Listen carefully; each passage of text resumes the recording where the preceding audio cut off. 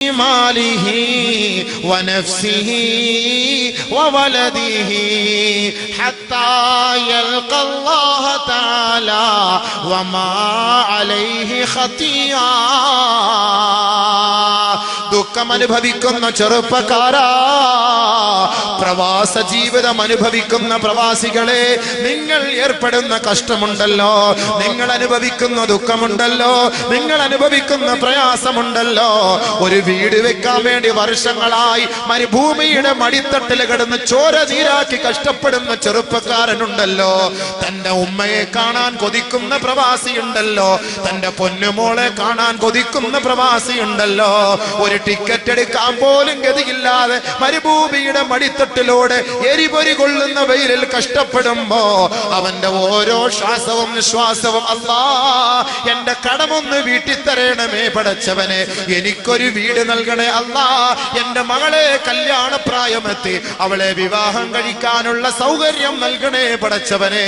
തന്റെ ഭാര്യയെ പോലും മറന്നുകൊണ്ട് എത്രയെത്ര യുവത്വം തുളുമ്പുന്ന ചെറുപ്പക്കാരാണ് തന്റെ ഭാര്യയുടെ സുഖം പോലും മറന്നുകൊണ്ട് മരുഭൂമിയുടെ കൊടുംവെയിലിൽ കിടന്ന് കഷ്ടപ്പെടുന്നത്.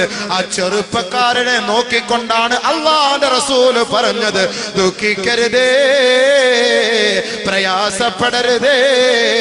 ശാരീരികമായി, മാനസികമായി, സാമ്പത്തികമായി ഏതെങ്കിലും ഒരു മുസ്ലിം സഹോദരനോ സഹോദരിക്കോ വല്ല ന്യൂനതകളോ വിഷമങ്ങളോ തട്ടിയാൽ അല്ലാഹുവിന്റെ ദർബാറിലേക്ക് അവരെത്തുമ്പോ വമാ അലൈഹി ഖതിയ, അവർക്കൊരു പാപവും ഉണ്ടാകാതെ നേരെ സ്വർഗത്തിലേക്കാണ് മലക്കുകൾ അവരെ ആനയിച്ചു കൊണ്ടുപോവുക. അത് മതിയല്ലോ നമുക്ക് വലുത്, അതല്ലേ നമുക്ക് വലുത്.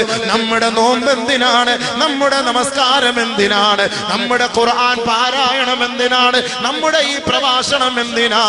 ദുനിയാവിലെ നൈമിഷികമായ ജീവിതത്തിന് വേണ്ടിയല്ല, ആഖിറത്തിന്റെ അനശ്വരമായ ഭവനത്തിന് വേണ്ടിയാണ്. ദുനിയാവിൽ നമുക്ക് കുറഞ്ഞു പോയാൽ നീതിമാനായ പടച്ച തമ്പുരാൻ ആഖിറത്തിൽ നമുക്ക് വണ്ണമായ പ്രതിഫലം നൽകുമെന്ന് ലോകത്തിന്റെ ഹബീബായ മുത്തളി മുഹമ്മദ് മുസ്തഫ റസൂലുള്ളാഹി.